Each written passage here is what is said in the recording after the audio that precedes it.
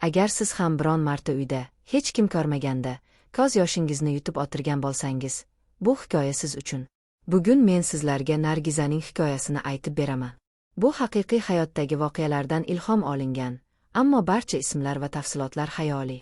Maqsadimiz bitta: ogohlantiramiz, sabaq beramiz va siz bilan birga o'ylaymiz.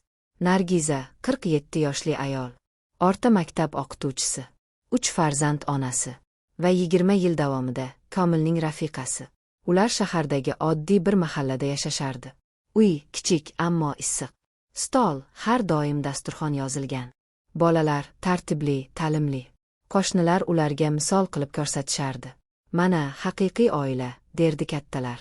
Komil aka oila boshligi, Ant Nargiza opa asosi, Teyong Pyoplesayt. Lekin hech kim bilmas edi. Hech kim ko'rmas edi. O'sha uyning devorlarida nechta so'zsiz yigi yashirinib yotganini. Bu hikoya oddiy bir kechadan boshlandi. Komil ish safaridan kech qaytadigan bo'ldi. Nargiza odatdagidek ovqat tayyorlab, bolalarni uxlatib soat 11 ga yaqin edi. Komilning telefoni stol ustida qolgan edi. Nargiza uni ko'rib, faqat alarmni o'chirmoqchi bo'ldi. Komil ertasi erta turishi kerak edi. Lekin telefon ekrani yonib ketdi. Xabar keldi. Noma'lum raqamdan. Nargiza birinchi daqiqada o'qimadi. Ochirmoqchi bo'ldi.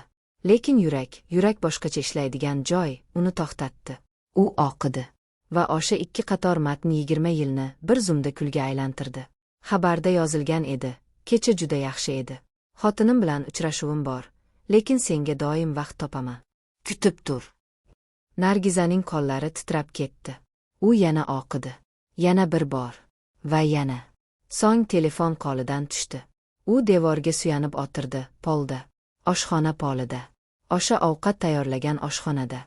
20 yil davomida har kuni non pishirgan, sharbat qilgan, tugilgan kunlarga kek yashirgan oshxonada.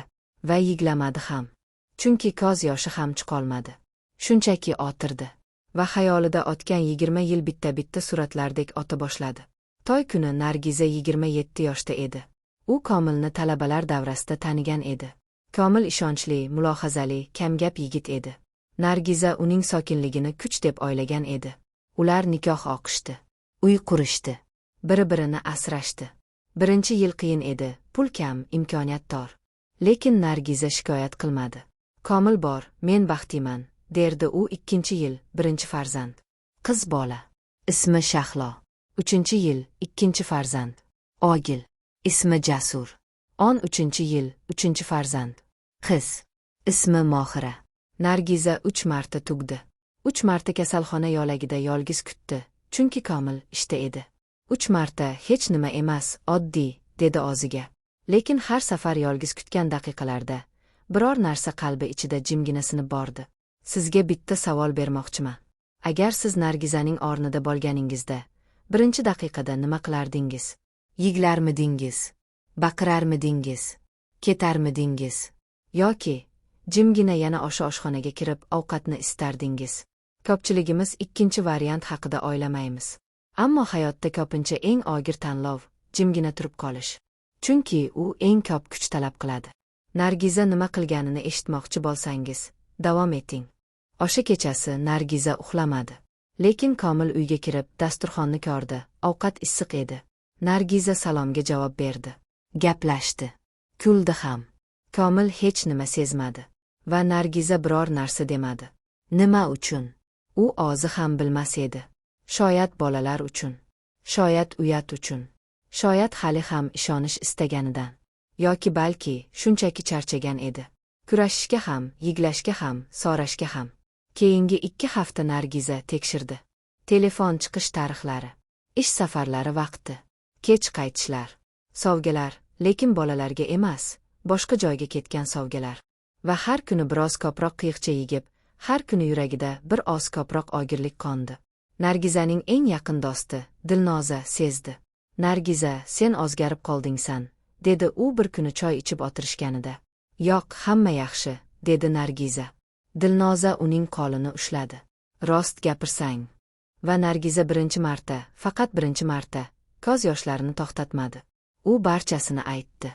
Telefon xabari. 2 haftalik tekshirish. Uyqusiz kechalar.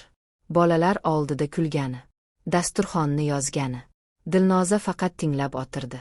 Maslahat bermadi. Hukm chiqarmadi. Shunchaki yonida bo'ldi. Ba'zan hayotda bizga kerak bo'lgan narsa birov bizni eshitsin, xolos. Bir oy o'tdi.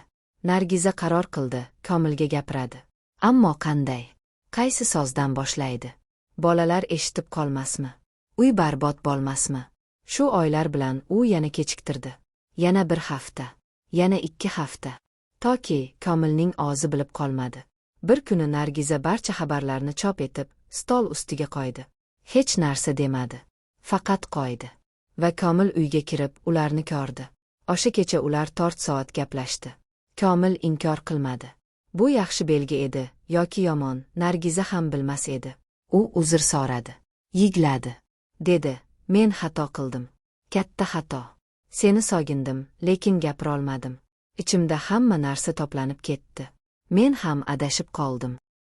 Nargiza xiyart. So'ng bitta savol berdi.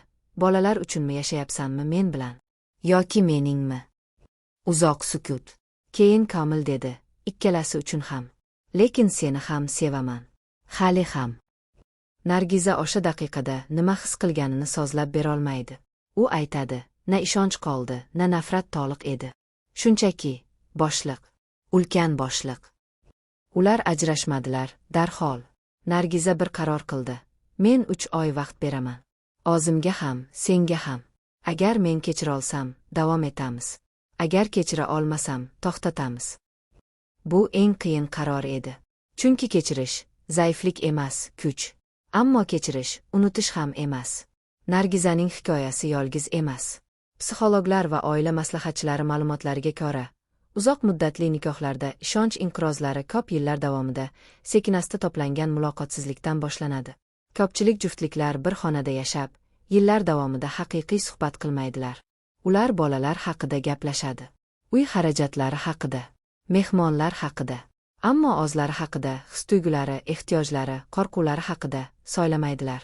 Va bu jimlik vaqt o'tishi bilan ikki insonni asta-sekin bir-biridan uzoqlashtiradi. Ular bir tom ostida yashab, aslida ikki alohida olamda bo'ladilar. Bu Nargizaning holati emas. Bu millionlab oilalarning holati. Bir tadqiqotga ko'ra, uzoq muddatli juftliklarning 60% dan ko'prog'i biz bir-birimizni tushunmayapmiz degan hisni his qiladi. Ammo gapirish o'rniga sukut saqlaydilar. Nima uchun? Chunki oilani saqlash degan tushuncha ko'pincha hissiyotlarni yashirishga aylanib ketadi. Ekran, ayol oyna oldida o'z aksiga qaramoqda, emas gamgin, emas xursand, shunchaki o'ylayapti. Nargizaning do'sti Dilnoza esa boshqa yo'lni tanlagan edi. U ham o'z hayotida shunga o'xshash lahzani boshidan kechirgan. 5 yil avval. O'sha payt u o'zini aybdor his qilgan. Balki men yetarli emas edim, deb. Ammo psixolog bilan ishlash orqali u bitta muhim narsani o'rgandi. Boshqaning xatosi sening qadrsingni kamaytirmaydi. Dilnoza endi mustaqil yashaydi. O'z karyerasini qurgan va 2 bolasini o'zi tarbiyalamoqda. U mag'lub emas, u yangi hayot qurgan. Va u Nargizaga ham shu so'zlarni aytdi. Sen o'zing uchun yashashni o'rgan. Avval o'zing uchun. Nargizaning hikoyasi qanday tugadi? 3 oy o'tdi. Komil oila maslahatchisiga bordi. Nargiza ham bordi. Ular gaplashishni o'rgandilar, haqiqatan. Nargiza kechirdi, lekin unutmadi. Ular hali ham birga. Ammo bu ilgari. Birga dan boshqacha. Endi ular gaplashadi. Endi Komil ish bor deb qochib ketmaydi. Endi Nargiza hamma yaxshi deb o'zini yutmaydi. Shahlo, Jasur, Mohira, bolalar ota-onalarining qiyin vaqtidan bexabar edi. Ammo ular endi ota-onaning biroz o'zgarganini sezishadi. Ko'proq gaplashishadi. Ko'proq birga o'tirishadi. Va bu eng katta g'alaba. Bu hikoyadan 3 ta sabaq. First lesson, muloqotsizlik, nikohdagi eng katta dushman. Pul muammolari, farqliliklar, tashqi bosim, bular ham qiyin. Ammo bularning barchasi hal qilinadi, agar 2 inson gaplashsa. Gapirmaslik esa barcha muammolarni kattalashtiradi. Ikkinchi sabaq, siz his-tuyg'ularingizni yashirib, oilangizni saqlab qolmaysiz. Nargiza yillar davomida hamma narsani ichida yutdi. Bu uni kuchliroq qilmadi, bu uni yolg'izlattirdi. Haqiqiy oila hissiyotlarni baham ko'radigan joy. Uchinchi sabaq, kechirish, o'zing uchun. Nargiza Komilni kechirdi. Ammo u buni Komil munosib bo'lgani uchun qilmadi. U buni o'zi uchun qildi, og'irlikni ko'tarmaslik uchun. Kechirish zaiflik emas. Kechira bilish ichki kuchning belgisi. Hayot har doim biz kutganday kechmaydi. Ba'zan bizning eng ko'p ishongan odamimiz adashadi. Ba'zan biz o'zimiz adashib qolamiz. Ammo har qanday siniq darhol barbod demak emas. Ba'zan siniqlar tiklanish joyi bo'ladi. Muhim narsa o'zingizga dushman bo'lmaslik. O'zingizni ayblab, kimdir sizga qilgan narsani o'zingizga qaytarib bermaslik. Siz qadrlisiz. Nargiza kabi, Dilnoza kabi, siz kabi. Agar bu hikoya sizga biror narsa his ettirgan bo'lsa, bu sizning ichingizda ham bir narsa bor demak. Belki yaqin odamingizni o'yladingiz. Belki o'zingizni. Belki o'tgan bir daqiqangizni. Agar ushbu video sizga tegdi, like bosing. Yangi hikoyalarni o'tkazib yubormang, obuna bo'ling va qo'ng'iroqni yoqing. Va eng muhimi, o'zingizni asrang. O'zingizga mehribon bo'ling. Ko'rishguncha. Assalomu alaykum.